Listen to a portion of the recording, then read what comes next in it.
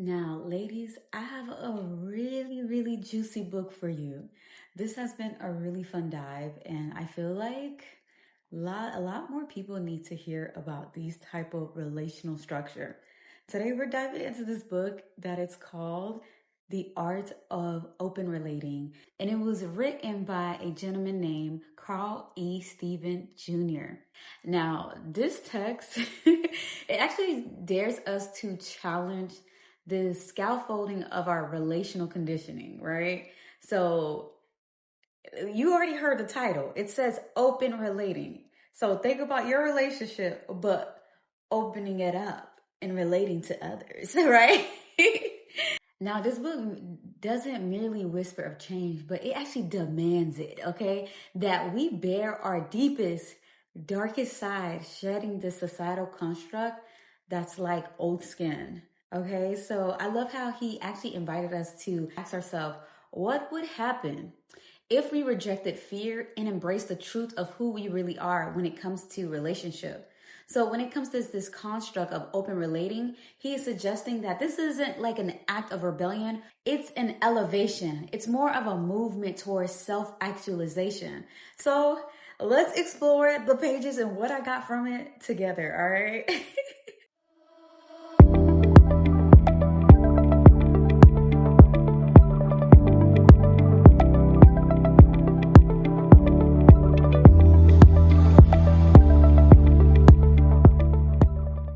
There's a part where he spoke about freedom and choice and how rejecting normative structure, he actually offers us this profound gift of rational autonomy. And I'm aware that a lot of humans don't have independence when it comes to being in relationship. They are so, I don't want to say interdependent. I feel like they're extremely codependent. And I believe he is just giving you this perspective, still holding on to that independency when you are relating. I believe this is a profound gift because open relating sounds and it becomes this canvas where the human spirit paints freely, unbound by these rules or tradition that we project upon each other, right? So imagine like this relationship, not as caged, but imagining relationship as a ecosystem. So you're living and breathing spaces of mutual freedom. And I do believe that for my own self, when it comes to that, I can say that I've always had a sense of feeling trapped when I were in relation with men.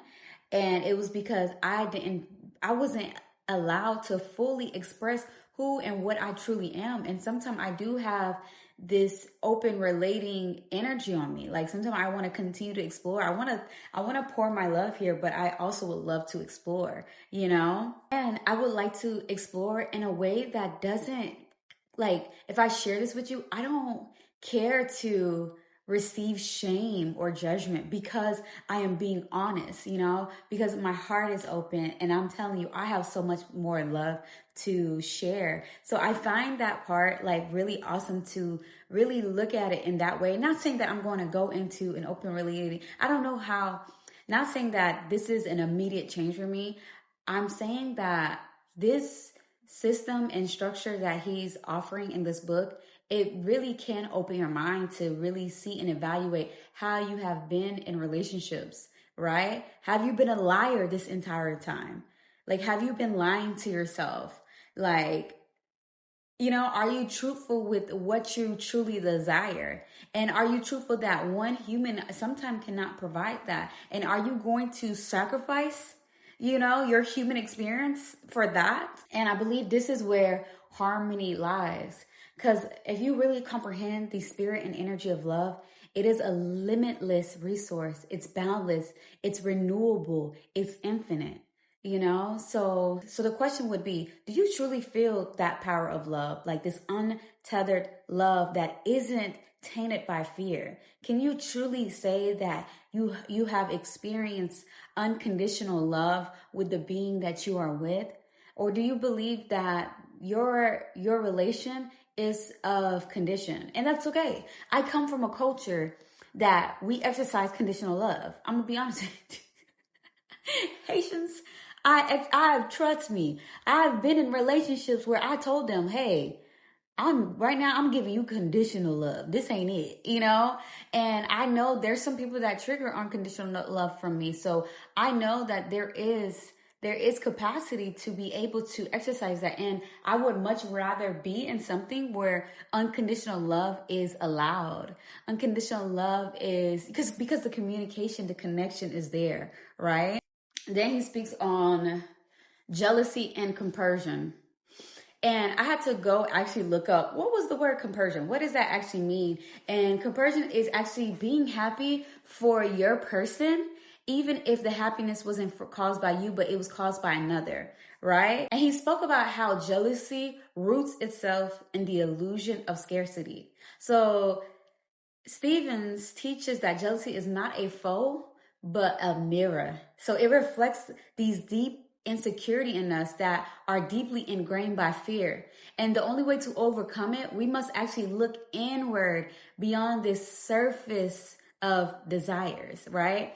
And then when you speak about compersion, it's like a luminous word, right? So the joy that we feel, this is the joy that we feel when our loved one finds happiness even through another. So he asks, like when I thought about it, I was like, damn, because sometimes you'd be like, I want to be the only, I want to be the only source of happiness for my, but like when you really think about it, you want the entire world, you want the entire atmosphere to kiss and love on your being, right? Love on you and love on your partner. You want that love. Like if you step outside, everything is mwah, mwah, mwah. I know you want the same for your partner. I would trust that you want the same for the person that you truly love. He speaks on how this is the act of ultimate love, right? To actually delight in their delight, to affirm their sovereignty and joy. So compersion is not a death of love, but it's actually this rebirth that allows your heart chakra to activate. When I was thinking about it, I was like, you know what? Very interesting way to see that, Feel beautiful inside and out with herbal maintenance.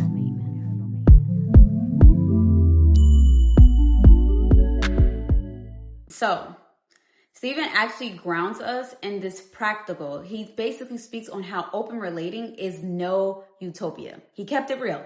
It does require careful stewardship of the body, the heart, and this is really important, the community. He speaks about the concerns of like STD, pregnancy, societal judgment. These are real concerns for them. And he reminds us that it does take accountability, truth, and reverence for all of this to work to truly have this foundation of any type of relationship, especially open relating.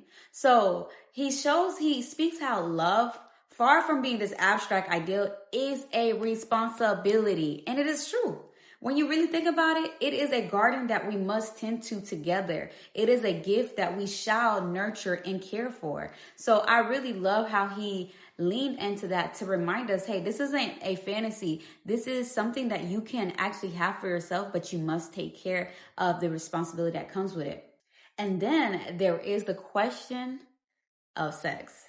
He made this provocative claim that relationships are all about sex. Some must say that this is a bold assertion, yet this framing of sexual intimacy becomes a portal, one that actually leads us to our deeper truth. So I do agree with him because I truly agree with it, but he does not stop there. He also highlights how non-sexual connection too can exalt us. Emotional intimacy stands as its own pillar. Now, the balance here is of the profound, which is sex is honored, but it does not monopolize love. And I truly believe that because even for me, even for being like me, I really actually do need my emotional side to be met in relationship before I'm able to have any type of sexual openness to being. So I have to actually like feel this emotional connection to you before my Yoni portal wants to, drown you. So I do get what he says, because sex is really important. But for me, if you can't surpass the part of connection, the non-sexual connection, then you won't be able to graduate up to having sex with me, especially if I see you as a beautiful investment into my future, right? So I really, really love that he highlighted it. Like, yeah, relationship is all about sex. Sex is all about relationship. But no, this book here was so fun to read. I enjoyed everything about it. He had different structures and systems, and I wanted to share, but I was like, no, they need to go get this book, because this book is juicy, and he had like different systems and structures of open relating that you can actually apply to if you are interested in this, right? Opening your relationship up to a third or fourth party. I thought it was so cool, because I was like, oh, this structure sounds cool. Oh, this one sounds good. Oh, okay, that's definitely not going to work, and I love that you can tell that they've been in this practice for a while. Him and his wife, Kenya, I just know that I'm just proud of them for sticking to just this lifestyle and actually benefiting and reaping and being able to teach people different systems. And I thought that was just so unique. And they actually have a daughter that partakes in this education. And I just find it so, I look forward to meeting them. I look forward to interviewing them. I'm definitely interviewing the daughter soon. And it was a really, really amazing book. I mean, if you have not gotten this book yet, I suggest you to read the book. And I suggest you to ask yourself, like, is this something that I would be open to? And am I a being that is naturally open to relating? And for me, I know I'm a being that's natural to that, but I also am open to the relationship that has been provided to us as default in this society, in this Western society, which is men and women, and that's it. But I am definitely, am I this type of era right now, in the era that I am right now, I do feel that, I do feel it. I feel that open relating sounds really awesome, especially for like my energy. Like, I just have so much love, and if there is a being that can reflect this type of love that I have, then maybe I'll be chilling. But till then, I'm about to pour this love everywhere I go.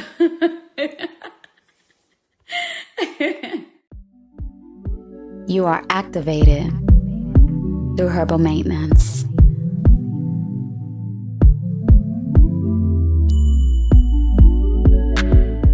So I want to close this out. Stephen's work is more than a guide. It is a challenge to open up your mind. It's a call to dismantle inherited scripts, to write your own story. That's why I appreciate him and his wife. They wrote their own story, such as open relating may be radical to you, even impossible, but perhaps it's in the audacity. It offers us something that is rare, which is liberation. So I applaud Mr. Stevens and Mrs. Stevens and their whole family. And I applaud CarlEStevens, his whole family, Kenya and his daughter. I don't want to say her name, but beautiful family. And I just applaud y'all for creating your own narrative and sticking to it and sharing the secrets and the benefits of this type of lifestyle. So with that being said, ladies, I thank you so much for tapping in. Definitely tap into this book. It was so fun. And I look forward to seeing what else they have to offer in their bookstores. And yeah, I think my next one I want to do, I believe the next one I like to read from them, I think this is called Up Level Communication. I believe so. But with that being said, I let you guys be. It is a Miss YoniGateKeeper. Be well.